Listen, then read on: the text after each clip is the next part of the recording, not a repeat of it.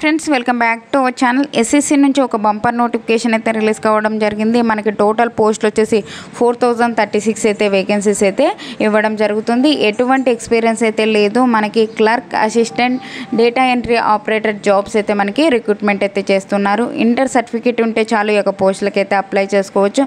మనకి monthly salary వచ్చేసి 45,000 వరకు అయితే మనకి శాలరీస్ అయితే ఇవ్వడం జరుగుతుంది. మన సొంత రాష్ట్రంలోనే గవర్నమెంట్ జాబ్ చేసుకునే అవకాశం అయితే ఉంది. 12th పాస్ అయితే చాలన్నమాట. ఓకేనా, దాని ఈక్వల్ టు క్వాలిఫికేషన్ ఉన్న యొక్క పోస్టులకి అయితే అప్లై చేసుకోవచ్చు. మనకి ఎగ్జామ్ కూడా తెలుగులో అయితే కండక్ట్ చేయడం జరుగుతుంది.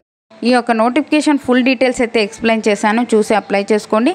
అంతకంటే ముందుగా మీకు ఒక చిన్న రిక్వెస్ట్ అండి, వీడియో నచ్చినట్లయితే కంపల్సరీగా లైక్ చేయండి. అలాగే ఛానల్ సబ్స్క్రైబ్ చేసుకోకుంటే సబ్స్క్రైబ్ చేసుకోండి.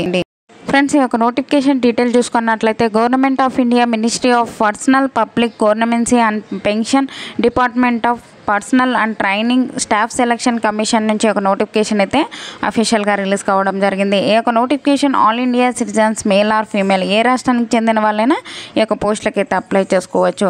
10+2 అంటే మనకి ఇంటర్మీడియట్ దాని ఈక్వల్ టు క్వాలిఫికేషన్ ఉన్న ప్రతి ఒక్కరు ఈ యొక్క పోస్టులకి అయితే అప్లై చేసుకోవచ్చు. ఈ యొక్క నోటిఫికేషన్ నుంచి మనకి ఏ పోస్టులు రిక్రూట్మెంట్ చేస్తున్నారు అంటే లోయర్ డివిజన్ క్లర్క్, అలాగే మనకి junior secretariat assistant and data entry operator and data entry operator grade ఏకి సంబంధించి ఒక పోస్టులు అయితే మనకి రిక్రూట్మెంట్ అయితే చేస్తున్నారు. వెబ్సైట్ కూడా ఒక నోటిఫికేషన్లోనే మనకి ఇవ్వడం జరిగింది. ఒక వెబ్సైట్ని విజిట్ చేసైనా ఒక నోటిఫికేషన్ అయితే మీరు చెక్ చేసుకోవచ్చు అనమాట. మనకి అప్లికేషన్ డేట్ వచ్చేసి మనకి ఆల్రెడీ స్టార్ట్ అయిపోయింది అనమాట. ఎప్పటి నుంచి అంటే నిన్నటి నుంచి అయితే స్టార్ట్ అయిపోయింది. ఫుల్ నోటిఫికేషన్ వచ్చినప్పుడు నేను అప్లికేషన్ ప్రాసెస్ కూడా నేను నా ఛానల్లో అయితే నేను చేస్తాను. కాబట్టి మీరైతే కింద కామెంట్ సెక్షన్లో అయితే మీరు ఒక మెసేజ్ అయితే చేయాలండి. మీకు ఎస్ అని కామెంట్ చేస్తే కనీసం 50 నెంబర్స్ అన్న చేస్తే నేను అప్లికేషన్ ప్రాసెస్ అయితే చేస్తాను. ఎందుకంటే మీకు యూజ్ అవుతుంది అంటేనే చేస్తాను కదండి. మీకు యూజ్ అవుతుంది అంటే ఎస్ అనేది కామెంట్ చేయండి.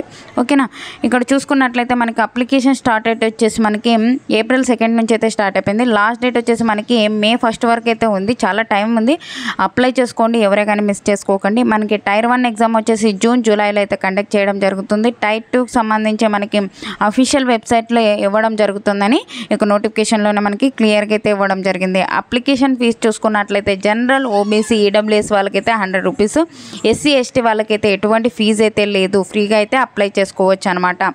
ఉమెన్స్ కూడా ఎటువంటి ఫీజు అయితే ఉండదు. ఆల్మోస్ట్ మనకి ఎగ్జామ్ వచ్చేసి ఆన్లైన్ విధానం ద్వారా అయితే మనకి ఒక ఎగ్జామ్ అయితే కండక్ట్ చేయడం జరుగుతుంది. నెక్స్ట్ వచ్చేసి మనకి ఎలిజిబిలిటీ క్వాలిఫికేషన్ చూసుకున్నట్లయితే మనకి ఏజ్ లిమిట్ వచ్చేసి 18 నుంచి 27 ఇయర్స్ వరకు ఉన్న ప్రతి ఒక్కరు ఒక పోస్టులకి అయితే అప్లై చేసుకోవచ్చు. అలాగే మనకి ఏజ్ రిలాక్సేషన్స్ కూడా అప్లికబుల్ అయితే ఉంటాయన్నమాట.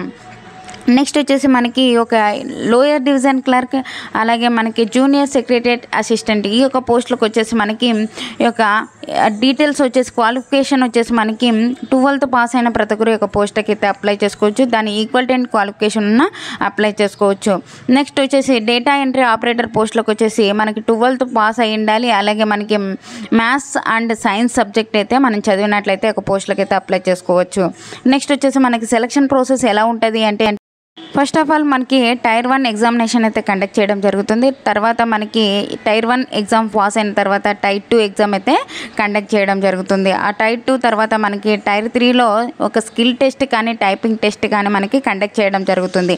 తర్వాత డాక్యుమెంట్ వెరిఫికేషన్ చేసే మనకి మెడికల్ ఎగ్జామినేషన్ చేసేసి మనకి సెలక్షన్ ప్రాసెస్ అయితే చేయడం జరుగుతుంది. టైర్ 1కి సంబంధించి మనకి ఎగ్జామ్ ప్యాటర్న్ చూసుకున్నట్లయితే ఒక నెగిటివ్ మార్క్స్ వచ్చేసి 1/4 అంటే 0.25 మనకి నెగిటివ్ మార్క్ అయితే ఉంటుంది అనమాట. 1 అవర్ పాటు మనకి ఎగ్జామ్ అయితే కండక్ట్ చేయడం జరుగుతుంది. ఆన్లైన్లో అయితే మనకి ఎగ్జామ్ అయితే కండక్ట్ చేయడం జరుగుతుంది. కంప్యూటర్ బేస్డ్ టెస్ట్ అని ఇచ్చాడు.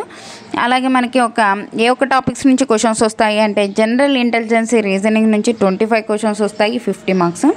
అలాగే మనకి జనరల్ అవేర్నెస్, జీకే నుంచి 25 క్వశ్చన్స్, 50 మార్క్స్.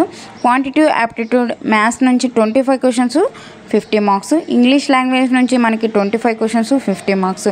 టోటల్ వచ్చేసి మనకి 100 క్వశ్చన్స్ అయితే అడగడం జరుగుతుంది. 200 మార్క్స్ అయితే ఉంటుంది.